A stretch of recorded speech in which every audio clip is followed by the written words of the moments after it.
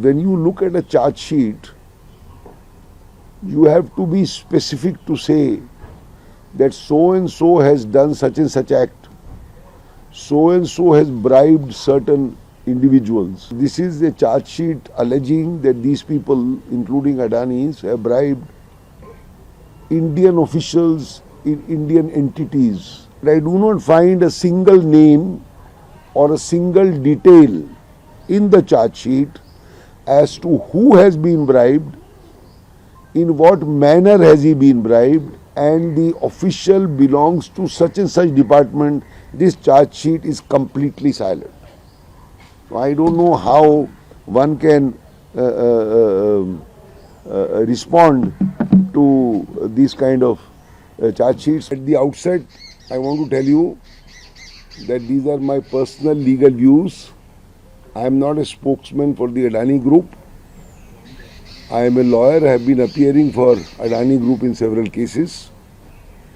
So I have gone through this indictment by the US court, running into some 54 pages.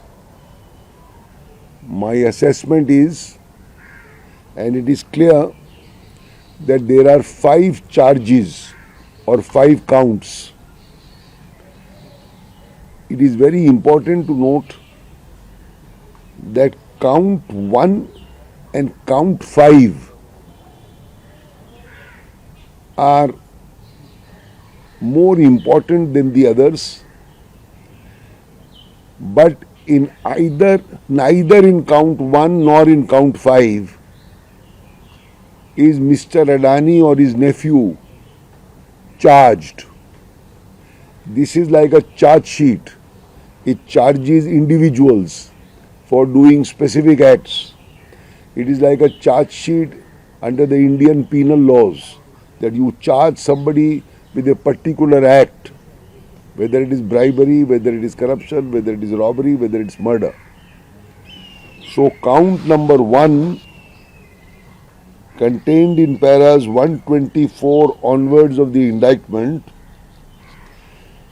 is against certain other persons minus the 2 Adanis.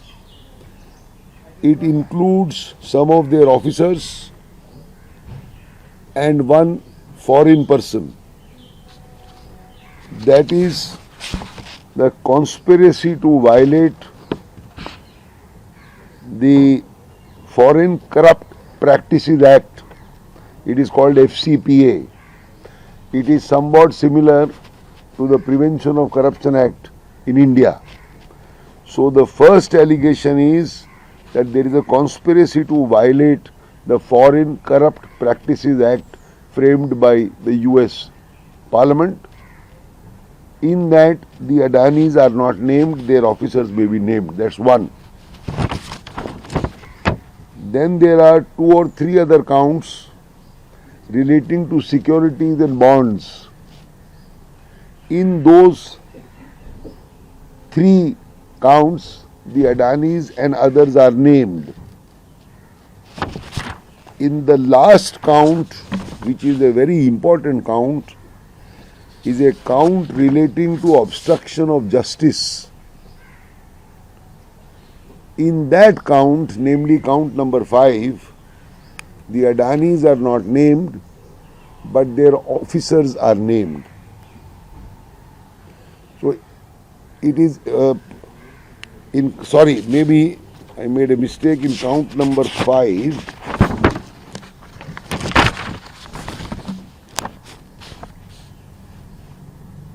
I made a mistake. In count number 5, obstruction of justice, the Adanis are not named, their officers are not named, but certain other people are named, including a foreign party.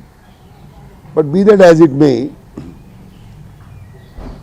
the Adanis and others will respond to this charge sheet in the manner that they desire. I have not seen their responses.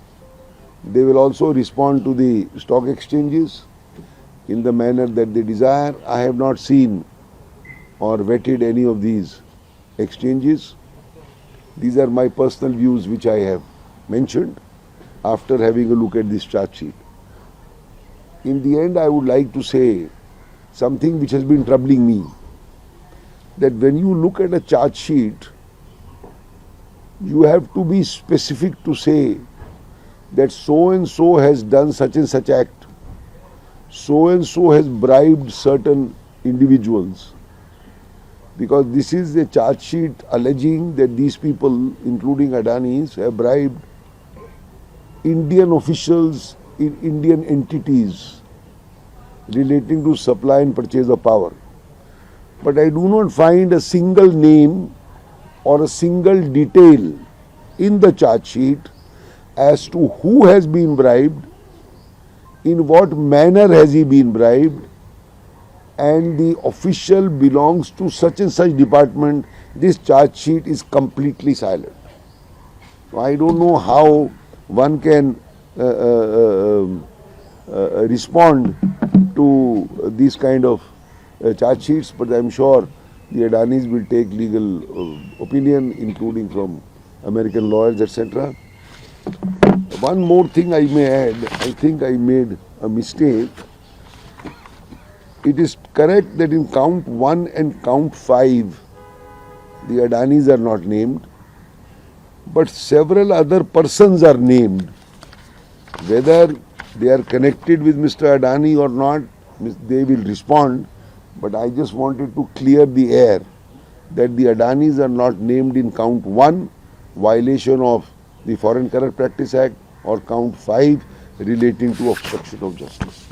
Because I saw in the media that as if they have been named or charged in these two counts also. That is what I wanted to say.